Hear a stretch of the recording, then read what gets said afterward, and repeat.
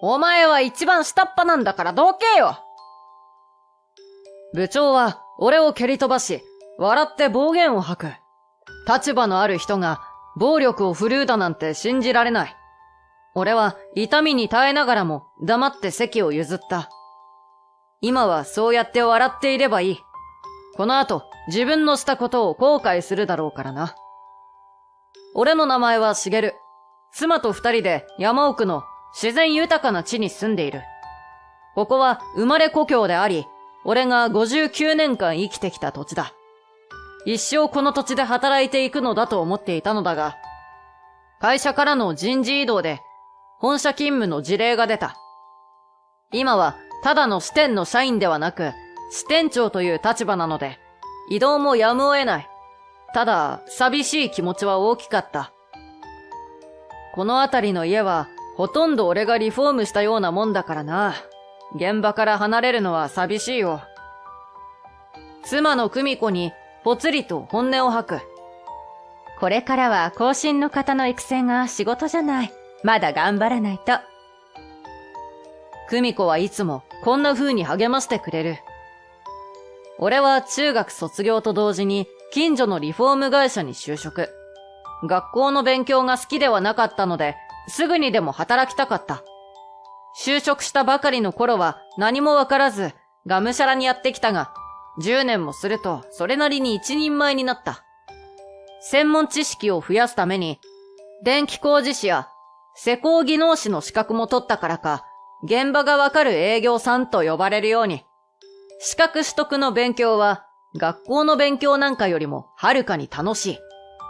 月日が流れ、会社は大手のリフォーム会社に吸収合併され、本社の所在地が都会に変わるという大きな変化があった。これまでも本社へ移動しないかという話は何度か出ていた。だが、本社勤務となると、お客様との距離が遠くなる。やっぱりしげさんに頼むのが一番だわ。そんな風に感謝されることが俺の生きがいだったのだ。ただ、久美子が言うように、後進の育成というのも大切なのは間違いない。支店よりも本社の方が圧倒的に若い人材が多いのも確かだ。俺はこうして59歳という年齢で新たなスタートを切ることになった。しかし、すぐに出花をくじかれるのであった。こんな年老いたじいさん本社に起こすなよ。俺が本社の営業部の前で挨拶をしようとしたとき、舌打ちをしながらそう言ったのは部長の佐々木である。中卒で学もないし迷惑な話だよ。なあ、みんなもそう思わないか？部長は社員たちに同意を得ようとする。するとみんな困ったような顔をしてうつむいたり、目を泳がせたりしていた。まるでお通夜のような雰囲気に困ってしまう。勤務年数は長いですが、本社勤務は初めてです。一生懸命頑張りますので、よろしくお願いします。俺は一人一人の目を見るように意識して、深々とお辞儀をした。面倒だったので、佐々木の暴言には反応せず、無視を決め込んだ。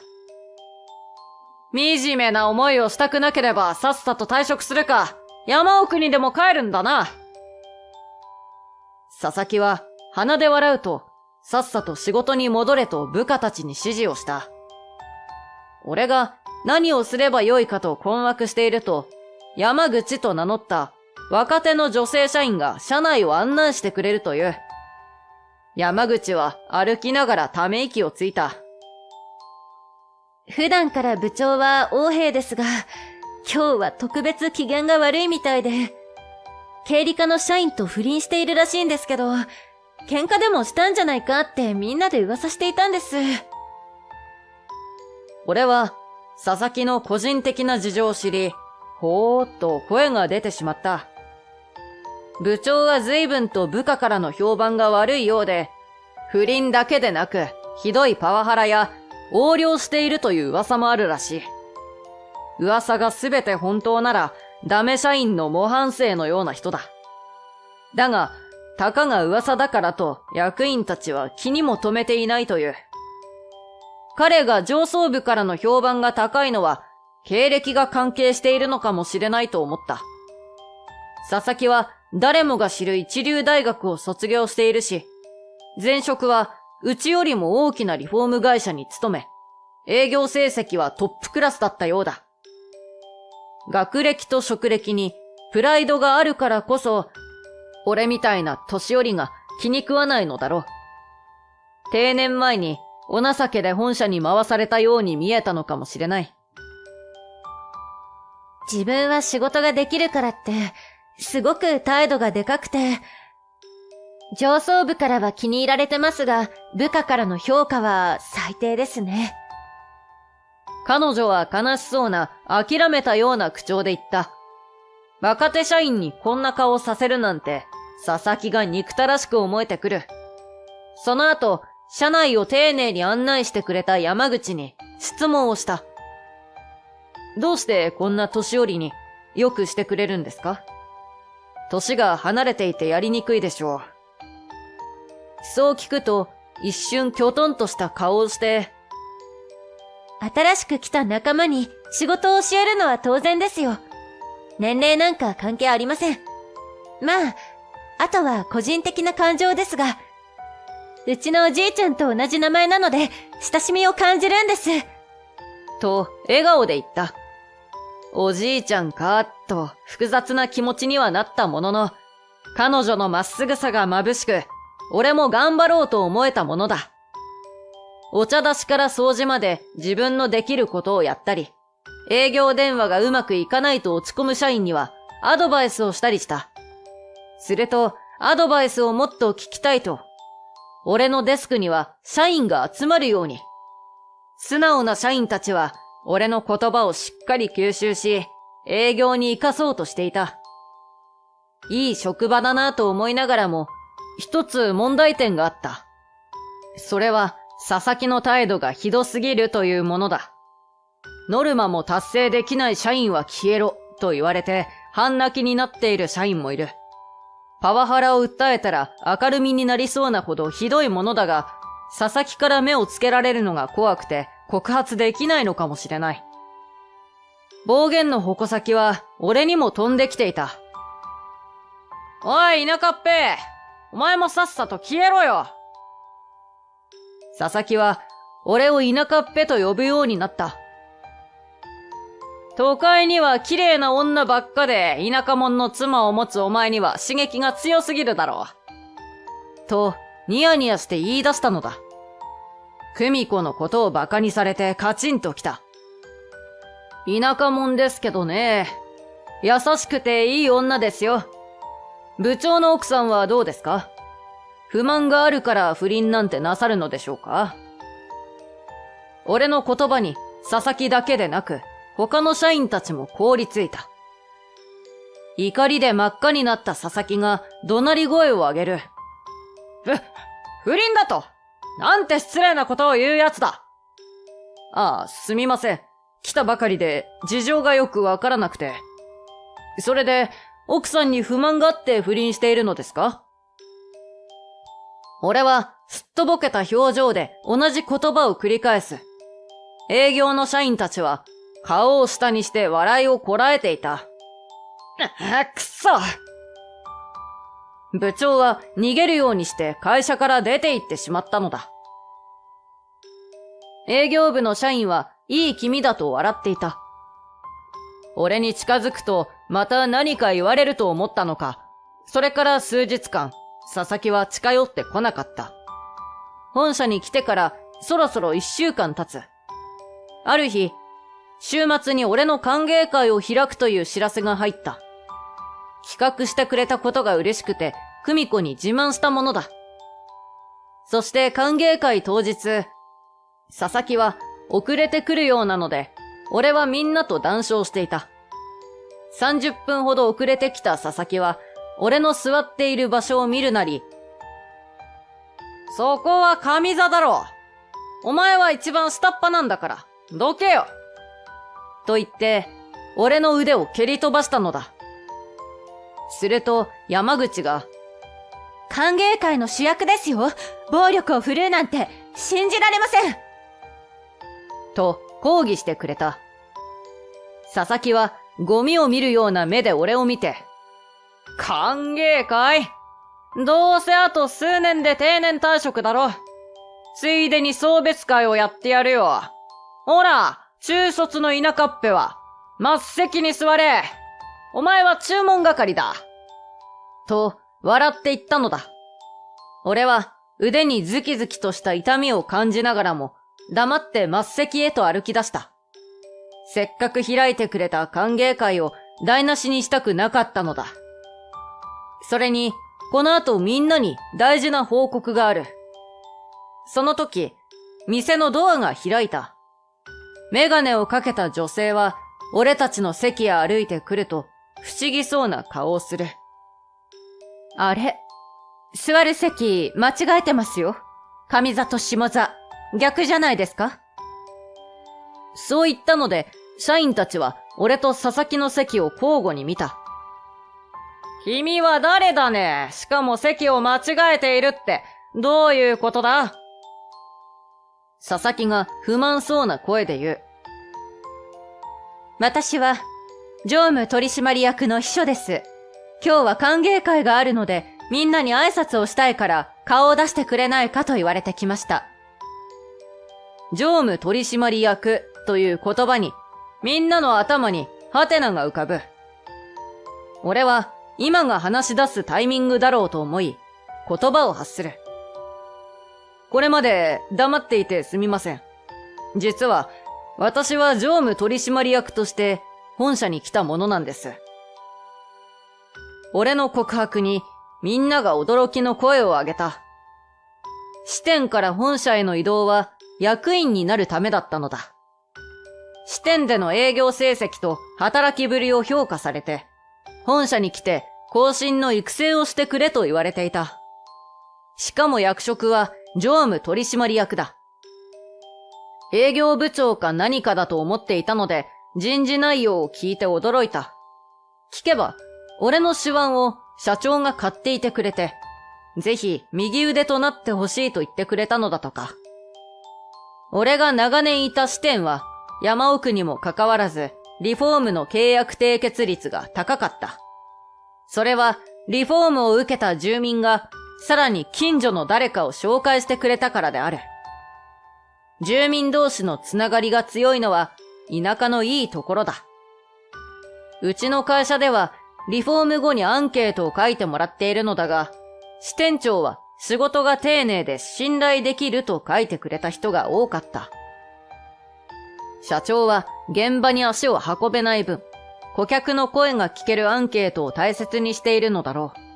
そんな長年の積み重ねから、社長は俺のことを仕事ができる人間だと評価してくれていたようだ。常務取締役といえば、現場と役員をつなぐ役目である。俺の働きで、現場で働く人たちと経営方針を定める役員の距離が縮まればと、今回の人事異動で本社へ行くことに決めた。ただ、辞令を出す際に少しの間だけ役職を伏せていてほしいと上層部に無理を言って頼んだ。本社の人間関係も見たかったし、現場で働く営業の子たちと密接に関わりたい気持ちがあったからである。役職を伏せるという異例の事例は、1週間という猶予をもらったので、社内に広く知られる前に歓迎会で告白するつもりだった。まさか部長がこんなに傲慢な人だなんて思いませんでしたよ。実際に現場を見れてよかったです。今後についてはじっくり考えさせてもらいますから。俺の正体を知った佐々木は青ざめながらも噛みついてきた。役職を伏せて潜り込むなんて、卑怯だ。もし常務だって知っていたら、田舎っぺだなんて言わなかったし、蹴り飛ばすなんてしなかった。相手が誰であっても、暴力は絶対にいけない。そんなことも知らないのか。若手の社員たちは、私がただの年寄りでも丁寧に接してくれましたよ。それに比べて、あなたは何ですか？暴言に飽き足らず、年長者を蹴り飛ばすだなんて。俺がそう言うと、蹴り飛ばしたという言葉に反応したのは秘書だった。蹴り飛ばしたですって？傷害罪ですよ。怪我の程度はどうなんですか？見せてくださいと言われたので、袖をめくると、腕が赤くパンパンになっている。痛みがなかなか引かないので、骨にひびが入っているか、筋肉が炎症を起こしているのかもしれない。秘書はすぐに病院へ行くようにとタクシーを呼んだ。佐々木は社員たちから白い目で見られ、居心地悪そうにしている。せっかくの歓迎会がこのような形で終わってしまうのはとても残念です。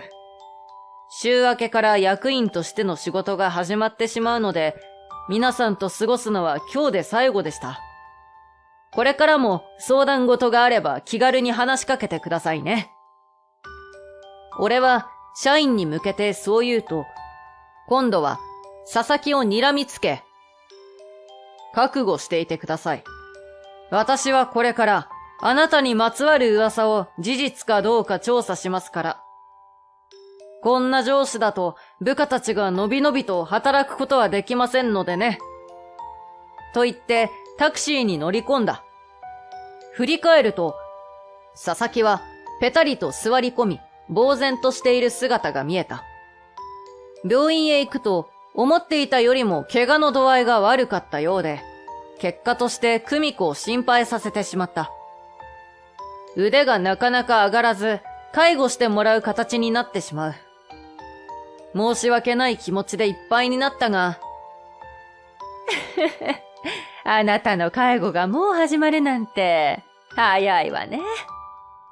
なんて、久美子が冗談を飛ばすので、俺の気持ちは楽になった。事の顛末を会社に報告し、2、3日有給をもらえるように申請。その間、有能な秘書に佐々木の噂の真相を調べてもらおうと依頼した。すると、佐々木は噂通りのクズな男だったのだ。経理課の社員をうまく言いくるめて愛人にしただけでなく、経費や領収書をごまかす手伝いをさせていたという。不倫相手の社員に秘書が問い詰めたところ、あっさりと自白したようだ。協力したら奥さんと離婚すると言っていたのに、一向にその気配がなく、不信感を募らせていたらしい。パワハラの実態は調べるまでもない。俺はそれぞれ報告書を書き、役員会で提出した。もちろん報告書の内容には、俺が暴力を振るわれたことも書いてある。ただの噂ではないと知った役員たちは、見て見ぬふりはできなかった。部長をコンプライアンス違反と横領、さらに暴力沙汰を起こしたとし、懲戒解雇処分としたのだ。佐々木は役員の前では最後まで報告書の内容を否定していたらしい。しかし、横領の手伝いをさせられていた社員が証拠を提出したことで、報告書が事実だと認められた。佐々木の退職日、荷物をまとめて会社を出る際には、俺も営業部に顔を出した。一人で荷物整理をしていても、誰も話しかける者はいない。佐々木はみんなに挨拶もせず、さっさと会社から去ろうとしているようだ。不倫やパワハラ、さらに横領となれば、当然離婚案件だろう。佐々木は奥さんに捨てられたのか、最近は着ているスーツもしわくちゃだった。やつれた顔をしていたが、俺の顔を見た瞬間、佐々木は目を光らせて叫び声を上げる。この田舎っぺさえ来なければ、俺のエリート人生は完璧だったのに、くそ！そう言って、こちらに向かってきたのだ。また、蹴り飛ばされるのかと身構えたとき、若手の男性社員数人が盾になるようにして、俺の前へと進み出てくれた。そして、佐々木を押し倒して動きを止めたのだ。女性社員は急いで警備員を呼んできてくれた。早くあの人を捕まえてください。山口が叫ぶ声が聞こえる。秘書は会社で人が暴れていると警察へ電話してくれていた。こうして俺は社員みんなに守られることになったのだ。佐々木は警察に連行される際、呆然としていた。まるで覇気がない様子に、あなたは学歴もあって仕事もできるかもしれないが、人望がない。相手を思いやる気持ちがない。いい歳なんだから、しっかりしなさい。と、喝を入れるようにして、佐々木に声をかけた。その言葉が、どこまで佐々木に伝わったのかはわからない。俺の横を通り過ぎる際に、一瞬、ぺこりと頭を下げていた。それで謝罪のつもりなのか、とも思ったが、プライドの高い佐々木にとって、あれが限界なんだろう。俺は、怪我をさせられたこと自体は恨んでいなかった。蹴りを避けられなかった俺にも非があるかもしれない。だが、怪我をし、久美子に心配かけたことについては、憤っていた。佐々木には自分のしでかした罪に向き合ってほしいので、治療費も慰謝料もきっちり請求するつもりだ。きっと不倫の慰謝料や子供がいればその養育費などかなりの痛手だろうが、自業自得としか思えない。彼に身元引受人がいるかどうかは知らないが、この先苦労するのは目に見えている。俺は体を守ってくれたり、警備員を呼んでくれたりした社員に礼を言った。すると山口が、茂さんを守ろうってみんなとっさに行動したんだと思います。たった1週間でしたけど、一緒に働けて嬉しかったです。これからも色々とアドバイスをいただいてもいいですか？と言われて、照れくさくなってしまった。俺はもちろんだと言って一人一人と握手したのだ。この出来事を久美子に話すと、いい仲間ができたねと喜んでくれた。佐々木からの慰謝料も入り、俺は平穏な日々を取り戻していた。今年のお盆は地元に帰ってゆっくり過ごそう。そう久美子と約束したのだった。